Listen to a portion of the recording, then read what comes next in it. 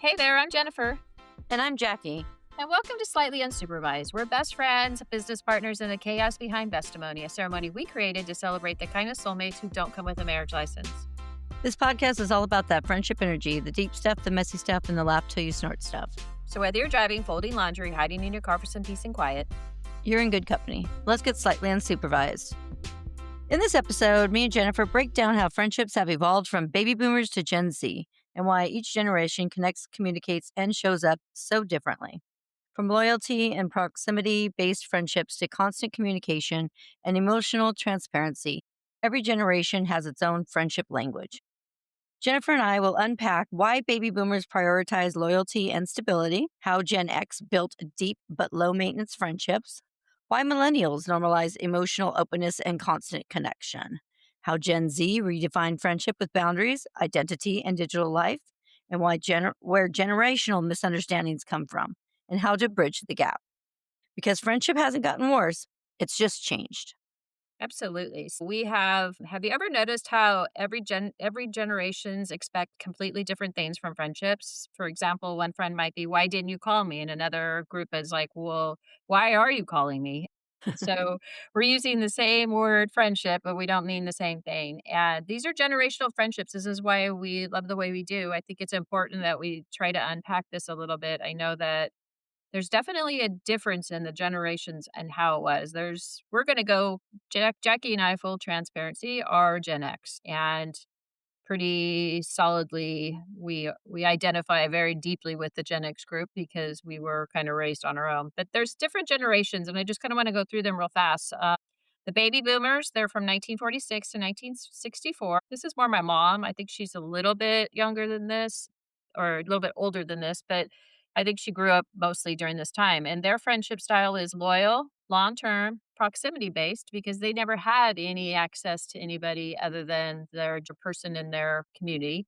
And then they're just less emotionally expressive. And I know, Jackie, for me and you, probably from our mother's perspectives, that I always think that that generation, or at least I felt as a child, that generation was very don't tell any secrets. Don't, it's all great. Mm-hmm. Does that resonate with you a little bit? Like Mm-hmm.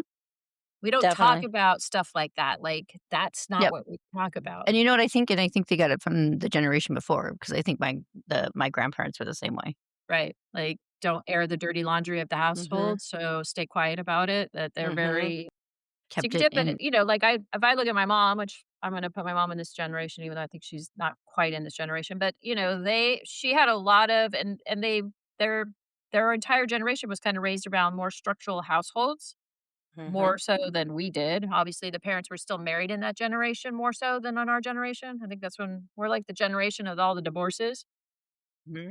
They have my mom spent a lot of time at church with her friends, in her neighborhood, and obviously There she was more probably secrets. yeah, but she got her friends from a different place, like, just in the neighborhood, like, you only had to deal with the Mm-hmm. neighborhood people, so and their emotional expression wasn't emphasized for them. They were raised by a generation even more quiet than them, and they were not expected to say much about it, so and then they really end up with, like, the same friends for their entire lives because they really don't have have you noticed the baby boomers on the internet? I mean, they don't know really what to do. My mom constantly, and this is funny, but my mother constantly texts me in the morning and says, "Why did you unfriend me?" I'm like, "What?" She's like, "Why did you unfriend me, Jennifer? I cannot see your stuff." And I'm like, "First of all, I haven't posted anything, and I did not unfriend you, mom." And then I have to go into my friend log on my Facebook, and I have to screenshot it, and there's a couple Sandys I'm friends with, so she's one of them. I'm like, "Here you are, mom. You're in my friend group." Like, I don't know how many times I have to go over this with her, but I have been accused many times of unfriending my mother, and it's because she doesn't understand, how to really get in. Not that we're any better, Jack. I mean, I think we probably have our own issues, but we're a little bit better than that, but it's just the way it is with, these generations, they're different than us. So they're not digitalized at all. They're not internet based very well. And they Mm-hmm. try, but they don't do very well. So they don't talk about everything, but they stay. So then there's Mm-hmm. the Generation X, Jackie. That's us. That's us. Independent. 65 to 1980. So We are both born in 1970. We're about a month apart, so we're almost, we're probably less than a month apart actually. So we Mhm. are right smack dab in the middle of the Gen X's. And you can talk about this and I can talk about this. The different friendship styles in that group is that we are independent. We were raised latchkey generation. We just said it. Well, a lot of our parents got divorced. If they didn't get divorced, there certainly was the call to two parents working, right? My mom's Mhm. generation, maybe it wasn't as prevalent, but in our generation, everybody went to work. So, Yeah, my um, parents both worked. They were yeah, together, but they both worked. they both worked. So they were gone most of the day. So we were by ourselves. But we kind of have more deep, low maintenance friendships, meaning we don't need to have so much maintenance on them. We're not I think we're pretty cemented in the fact that we're friends and we're not going anywhere, and it doesn't require an everyday conversation with each other. And we're loyalty driven, Mhm. and we learned self reliance really early, and we built bonds based on without parental involvement. So a lot of our friendships were nothing to do with our parents. They were like our own selection of family. I think that's the if I was going to say that for the Gen X's is like we went around and picked out sisters and people that we created our own little family of friendships because that was how we lived, right? I think Mhm. at nighttime, my mom always said that, you guys would be on the phone for hours just discussing the next Nothing. day. What are you gonna wear? What are you wearing? And like, what are you gonna do? Like, everything was about the next day, like our entire lives. And are you picking me up? I mean, Jackie and I rode to school together when she got a car. Before that, we had to ride the bus, but it was a lot of like, okay, Oh, pick we me up. found rides. We Yeah, found we found rides. rides. No We problem. get we get people to take us to school. That was the other thing, we were resourceful, right? I mean, that Mhm. was part of our generation was how to get somewhere without any real way of, you know, having any access to any cars or anything, but we Didn't somehow have much managed money to. either. Yeah, no money. I mean, no money either. So we all took jobs really early. I was just telling my son this. This is an interesting thing. I just want to bring it up real fast. 20 years ago, everybody the first time you had a job was age 16, right? I heard this on the radio the other day. Today, the first job for most of the kids is 22 years old. 22. Sorry, I was working at 12. Yeah. I was working down at Boyer Associates. Remember, I was like 13, 14 Mhm. years old probably, but Yep. 22? What in the world? 22? My goodness. I have 2 kids at 22. A career, and you guys are just starting, so I just think that's so strange. Mhm. Anyway, so we can have long gaps without loss of connection. We have deep support in crisis, and Yep. we have less day-to-day connection. We don't check in, but we show up, and I think that's probably true. So then we go on to the millennials, the 1981 to 1996ers, and this generation is completely different. Now they had some of their sons in this generation. I think your sons are in this generation, but both my kids are. Their generation was more some of it was not digitalized and then some of it was digitalized. So my son is 1988. He's kind of little more less in the digital era, although he's very computer. He's a tech nerd. Um, but they had some of it without tech and some of it with, but they started it. So they're emotionally expressive. They communicate. Their communication is heavy, experience driven, and validation awareness. And they were raised in the culture of therapy where we were not raised in the culture of therapy. So they're always looking for, uh, I guess, if there's an issue, there's a new word for it. It wasn't words that we had when we were kids. And some social media, I don't think they were full. It was a full social media beginning, but they have the social media era, which is a rough era to be in. If you have to look for your validation on social media, I can see how that could be very tough Mhm. because it's very harsh. Mhm. And you're not just appealing to one person, you're trying to appeal to a group and trying to be validated by people you don't even know. I mean that's got to be somewhat of a real hard to be on, And we have 3 millennials and 1 Gen Z. I have my kids, and I have one of my kids that I definitely that has that. does that. Definitely. Yeah. To be brought up in that is tough. And I feel sorry for you because your childhood should have been just rocks and get up in the morning and get Mhm. bored. The generation of millennials, probably more so, or they don't know how to be bored. We did a Mhm. lot of creative things when we got bored, or we made up things to do when we got bored, or we talked on the phone and I mean, who knows what we talked about either. We got bored on the phone, we caught up with everything, like, we must have, like, talked about some weird stuff because we were bored. We did. Yeah, that's probably why we talked on the phone every night about what outfits we were gonna wear. I'm sure that girls do that, but maybe not to the length we did it because 'cause we're just trying to keep ourselves from being bored. But they regularly are texting and checking in with each other. They talk through their feelings. We definitely probably don't do that.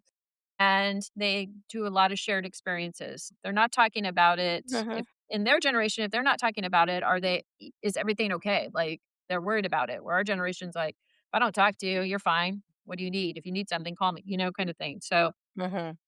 then there's the Gen Zs. This is the new generation, and actually, the new generation has just started, but this is the generation of Gen Z, 1997 to 2012. They're boundary focused, identity aware, digitally connected, and selective but expressive. They grew up fully online. That's a generation, the first generation that was fully online the entire time they were in their childhood.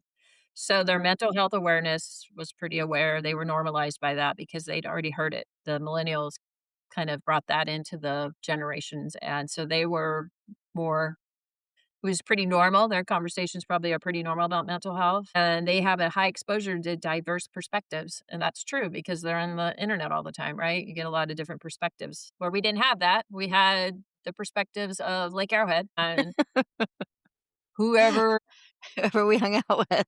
Whoever we hanging out with, even the perspectives I remember this Jack when we were kids was that Lake Arrowhead I grew up in Orange County too, or my one of my friends was from Orange County. So she would come up her perspective was different than ours, right? Because she grew up in a Mhm. little bit of a different it was a little different than our perspective because we had just around us and she had just around her. So even the distance was a little different. So they are constantly digitally connected. They're strong with their boundaries and they're quick to cut off misaligned relationships. So they will dump you quickly if they don't like if you don't agree with them, supposedly, then they're pretty quick to cut you off. So they'll tell you exactly how they feel and then they'll block you if you need to be. Like they don't care. So there doesn't appear to be a very strong loyalty bound in the Gen Zs. But they're a little more, And that's scary because I know some parents that have been where the kids now will just cut off their parents. yeah, it Like, happens all the time. literally cut off. Like, I understand, like, maybe you just don't talk to them as often, your Right. parents, but to Right. literally, like, cut off and not have anything to do with them at all?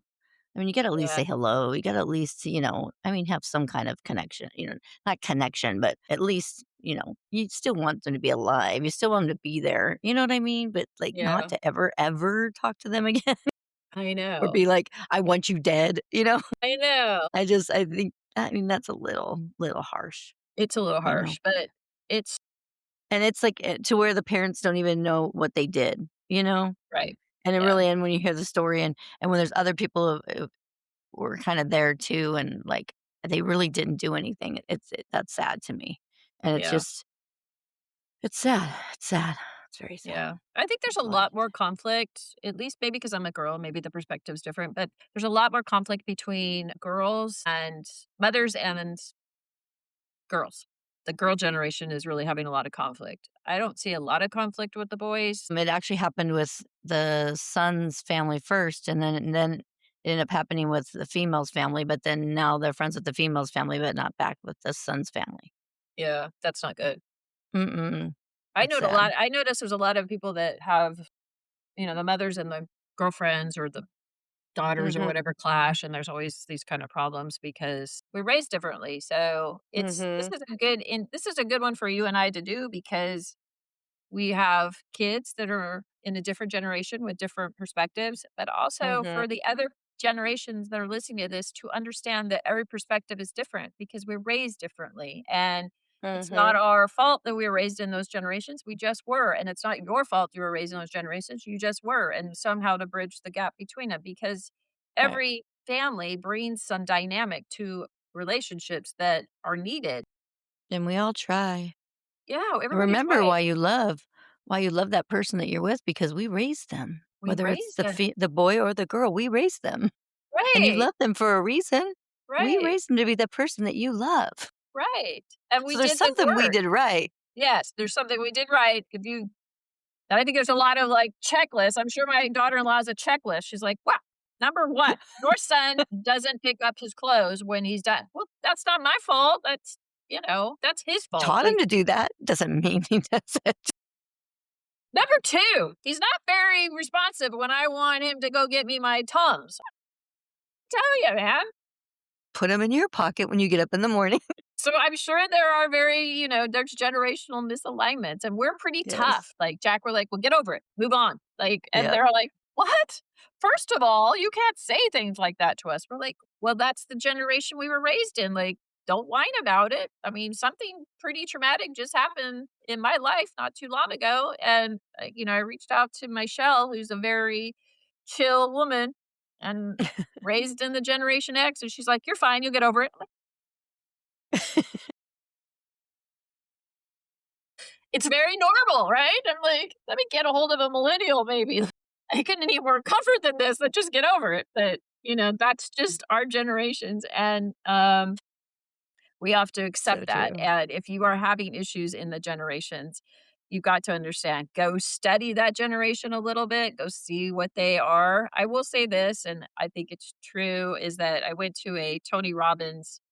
I paid the 17,000. I don't remember how much money it was, but I went to his business class. He does like a seminar thing, but they were bringing this up because there's a lot of businesses that are raised. We're probably baby boomers or maybe the Gen X's that have these businesses, and how to deal with the millennials. Like, there's a dealing with the millennial thing, and how that kind of works. And he made up a good point. He was like, look, the generations swing back and forth. So baby boomers will understand millennials better than Gen X will understand the millennials or the baby boomers, but Gen X will understand Gen Z better because the pendulum goes back and forth. What one verse we get way over on this side, we swing back to the other way. And so Gen Z is a little more whatever, get over it, move on. And that's kind of our generation. So we will understand that generation better than we will the ones closest to us because of the fact that the pendulum goes back and forth between generations. So he made a lot of good points about it. Is that we have different ways of thinking of things, and you have to kind of bridge the gap there a little bit and understand them too. You just can't have it your way. You have to come to their on their terms a little bit, and understand their way of thinking as well. Anyway, so what the generations got right. The baby boomers are very loyal and committed. Gen X is very deep and independent. The millennials are emotionally aware and very much in communication. They want to talk about their things, which is why we probably don't get along with them that well because don't talk about it. You just move on. And then the Gen Zs are boundaries and authentic. Like, maybe we're more authentic too in that regard. So every generation, Yeah, but their authentic's a little different. I know. There's a bridge. There's a Love gap. you, we love you. It's a little different. And then, so every generation is fixing something that the one of them, this generation before struggled with. So, we Mhm. are pretty independent, where maybe the baby boomers weren't so independent. We're a little more rooted in authenticness than they are because they kind of lived in some sort of don't tell everybody their generation. So every generation has something it brings to it. It fixes something from before and then it slides back. And that's maybe why it goes like this. The pendulum goes back and forth. Every generation is fixing the other generation's situation. So Mhm. we just wanted to talk about it. We wanted to make sure that, you understand that friendships, this is about friendships, that they have different languages, and don't judge them. You got to recognize them. And adapting isn't losing yourself. It's really just creating the group of friendships to have that when we can get on their level, we can see it from their perspective. It's easier to relate to them than just to say, you have to change because I only do it this way, which is where you find all these problems. Gonna have to give and take a little bit, don't you think, Jack? Yep, definitely. So, anyways, okay, so we're gonna go into bestie rapid fire questions and we'll go back and forth, Jackie. Here's the first one. Do you think loyalty is more important than communication? I think they go hand in hand. Yeah, I mean, loyalty is important, but communication is I think communication is kind of part of loyalty in a way. Because if you it don't, is. I think they're both important. Does that make sense? Yeah, I think they're both important too. I think though that somebody that, at least I for think me, if you're loyal. communicating, then you're being loyal because you need to communicate how you're feeling. Sure. I think for me, loyalty is more important than communicating. You have my back, whether I talk to you about it or not. For me, that is more Yeah, important. true. Yes, That I guess I'm reading this wrong. No, Maybe it's that's my okay. problem. It's just the perspective of it is like, you better Mhm. be better have my back. If I don't talk to you next week, you still have my back. You know what I mean? Kind of thing. But Oh, yeah. communication, you can't have a friendship without communication. There is no doubt about Mhm. that. So you Yeah. must communicate. You have to. All right, Jack, you're next. Okay, would you rather talk things out immediately or take space and come back later? I'm more of a take space sometimes. Need perspective on it. Otherwise I can get hot headed. Hot hot headed? Yeah, I can get hot quick too. I mean, not like the Mormon Wives hot where like that Taylor who freaks out and is gonna kick everybody's ass, but Not now, but let's see. and not gonna be your friend and going to like, I'm gonna come go get her and Okay, well, let's talk about the Jackie that was 17. She'd be more like, "I'm gonna kick your ass." Like, well, that would have been me. Then I would have been Taylor. But I'm not that person anymore at you grew out of 56. it. I get it. Now I look at her and going, "Oh my gosh, did I sound like that?" I know, right? But we do. I Yes. think sometimes you gotta take perspective and space, right? So, like, just like we were talking about bridging gaps in the generations, like, take a minute, Mhm. take a step back, think about it, maybe think Yeah. about their perspective for a minute. So when you're coming into it, I feel like you're You coming just don't into wanna it, say the wrong thing because 'cause you're too, yeah, upset. yeah, we can get hot-headed pretty quickly. So that's for Mhm. me. Okay, Jack, what do you expect your friends to check in regularly? Yes, because I do it. I'll just throw out the little texts, "Hey, just checking in. How's everybody doing?" Or, Yeah, "I'm sorry, everybody, I haven't slept well the last 2 nights, so I sound a little raspy, she's a little a little raspy. sexy." She's a little Just stimulated. wanna throw that out there. Wasn't partying last night real hard. Just lack of sleep at 56. Not a good look for us at 56. We need our sleep. I Uh, believe in checking in. so checking in, yeah, but not like daily. Not like every week or daily. I mean, it's sometimes we can go a couple weeks Yeah, because everybody's busy. We all have right. lives. Yeah. So, And sometimes we yeah. just look up and we're like, I haven't talked to them in a while. Let me just send something. We send memes, Yeah. we send Like, stuff. I even thought about this morning, one of our girlfriends I need to check because she just got put on a prescription that I told her, "Yes, definitely take it," because she was questioning if she should. Oh, And I yes. actually thought about it because I wasn't sleeping last night. So I was like, "I need to call and check on her and see if she tried it out and how it's working for her." Yep. That's So I need to awesome. do that. Okay, Yeah. the next one. Have you ever ended a friendship without a conversation? Yeah. Yeah. Yes, definitely. Yeah. It's And called it's not a ghosting. yeah, it's ghosting, but I don't think it's a good idea. I think it happens in the conversation in the friendship I'm thinking about. There was really never a conversation, but it needed a conversation because there's a lot of unanswered questions there, a lot of leftover feelings. And if I'm having them, for sure they're having them too. Like, let's put it to bed. Let's give it a funeral. Let's say goodbye to each other and let's move on with some peace. And if you don't do that, I think I'd rather put peace with it than deal with nothing. Mhm. I don't do well in that world, but for some people, that is the way they protect themselves. Cut you off. I don't want to talk to you anymore. Okay, then we'll deal with it that way. So that's kind of how I think about that. Okay, Jack, do you believe friendships should last forever? If they're good, definitely. Yeah. But not all of If them they're are meant worth it. for Not all of forever. them are worth it, but yeah, if they are, then definitely. Yeah. But a lot of people are just for moments, time. Like they're not Mhm. forevers. So Seasons, remember? We've talked about that. seasons. They're Yeah, seasonal seasons, friends. reasons. Yeah. Mhm. Okay, go ahead, Jack. What bothers you more, not hearing from a friend or being overwhelmed by too much communication? Not They're hearing. pretty Yeah, not hearing from a friend bothers me more, maybe. I guess so. I It can guess be being overwhelming if for there's too people. much communication, it just means that I'm just gonna, like, not talk to you because 'cause you're just too Mhm. much for me. It's more like you're not my friend anyways, 'cause you would know if you're too much for me. You would get the Sorry, is that hint. You would get the you're hint. You can all read of a sudden, into it. like, notice that I'm gonna start being very short with you, and I'm gonna be, like, not talking to you as much because I ain't got the time. But there is a generation, Jackie, we're not hearing from a friend is fine for us. We're the generation after us, the millennials, they're probably very okay with you communicating quite often with them because they're talking through their stuff and they're, analyzing your situation more. So, Well, if you they know, know me well, they'll know how to communicate with me. okay, or millennials, you probably don't want to talk the Gen X's about their communication too much. We're not really, we haven't really grown up that way, so it's harder for us. It's like, get over it. You'll be fine. When we lost our telephones on the wall, we don't talk as much anymore.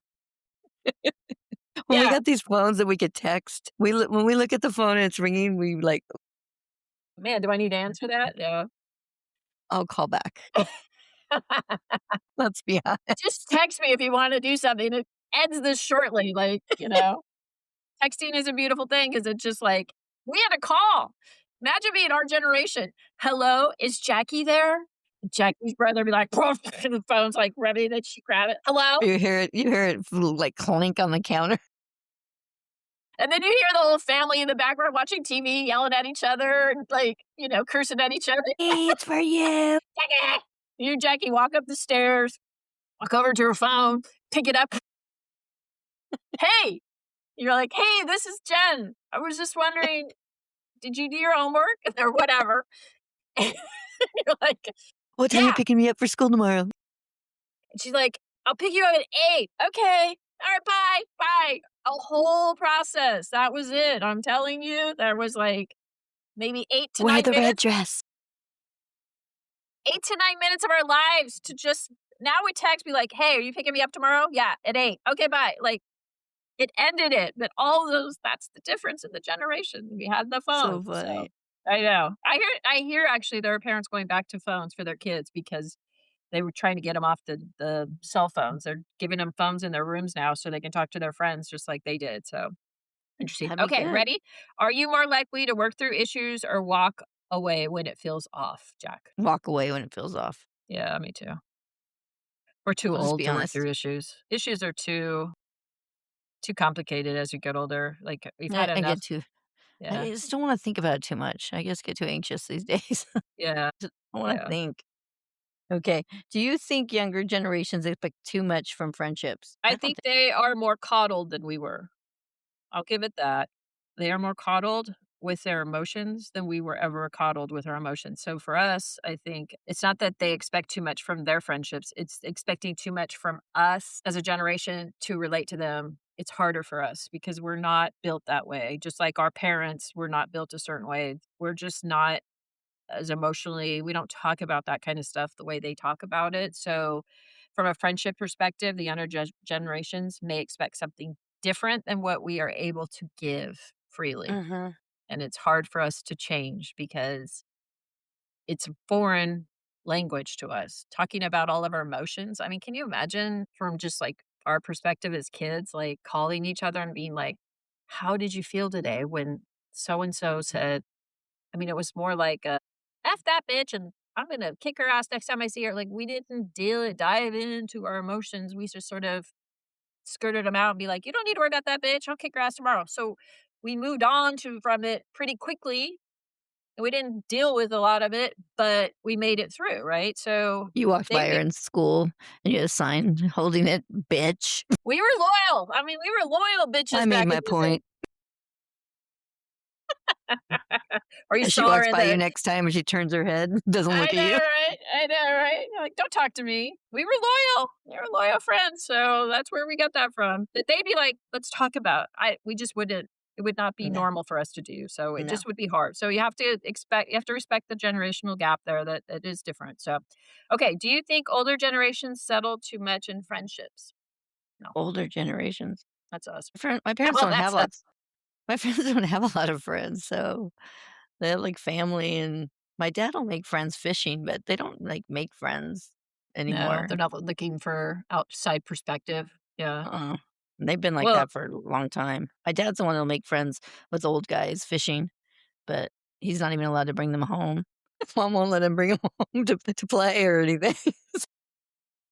he's like, "Might see you next week over here on this, I'll meet you here at 10 o'clock, and I'm not allowed to have the phone to text you, so just meet me here. The wife has the phone. Okay, but let me ask you this from this perspective, because this is we're the older generation to the millennials and the Gen Z. So do you think that we settle too much in our friendships, what they think as important from their perspective? No, I think about my friends or my kids all appreciate my friendships that I have, like with you guys and stuff.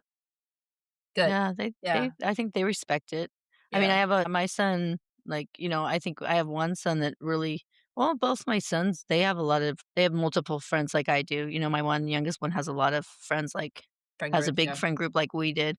Like, Yeah. he had the 5 best friends that they all, had their graduation together Right. when they got out of high school, kinda the same kind of thing as, like, our friendship, and the girls have, like, yeah, they have a group of friends. They both have a lot group of friends that they had, and, like, my oldest still, like, hangs out with her little from college Oh, with their okay. kids. Oh, Like, good. they do stuff all the time, yeah, and I think it was another little or another friend from nursing, or it was from their college.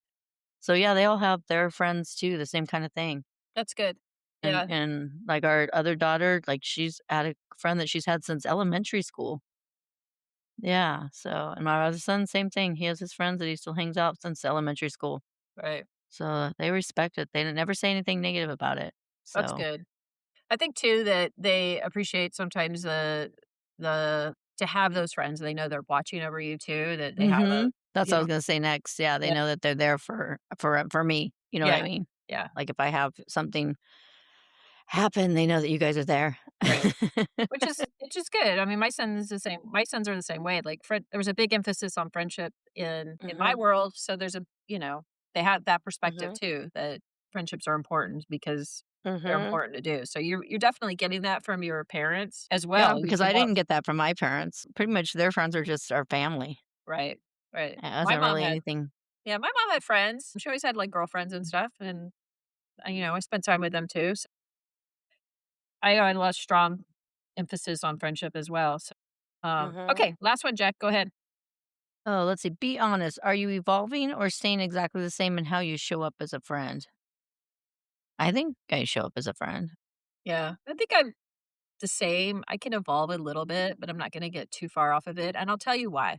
Because I'm a good friend. Like, I'm not adjusting my plan too much because it's not like I'm having issues with being a friend. I may not be the greatest friend for every generation because of the way I am, kind of a no bullshit kind of girl. So that might be a little bit of a problem. But on the other hand, it is what it is. Like, you can't all be the same kind of friends. Like, you need some perspective too, right? Different friendships show you different perspectives, different people.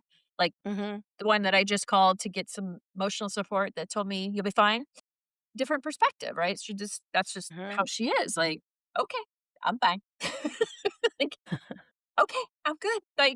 So that's how she shows up, that's who she is. Why would she change that?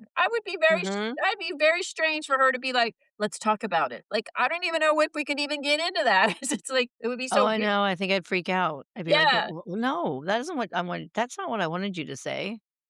Oh, "Get over it, you're no. fine." Get a beer. What are you saying? Go get her a 12 pack. Something's wrong. He's way off here. You know who we're talking about too? Like, something is way off here. I don't know what she's talking about. I'm calling her again. Too much. Mhm. So, anyways, you are who you are. So show up as that person because sometimes people need you to be that person and they don't need you to Mhm. be some other version of it. You'll find another True. friend for that version. So, all Mhm. right. So friendship doesn't get worse. It doesn't get weaker. It just gets different. So each generation, they love the best the way they know how. They fix that didn't work from the generation before and they create something new. So maybe the goal isn't to decide which one is right. Maybe it's just to understand them all so we can all actually connect. All All right. If right. this episode hit you in the feels or made you laugh way too hard, we consider that a win. Be sure to subscribe, leave a review, and share it with your ride or die, And when you're ready to make your friendship official, book your bestimony at rhinestoneweddingchapel.com. because the best love stories don't always come with a ring.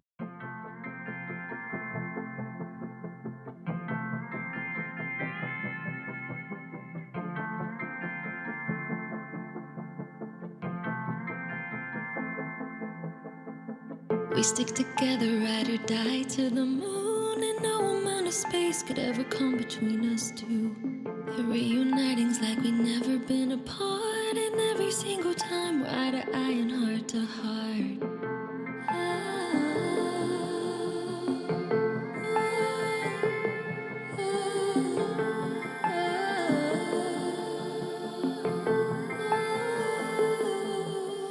There's not enough words to describe what you mean to me. Through heartaches and ups and downs in this life, you've stayed right next to me. I vow to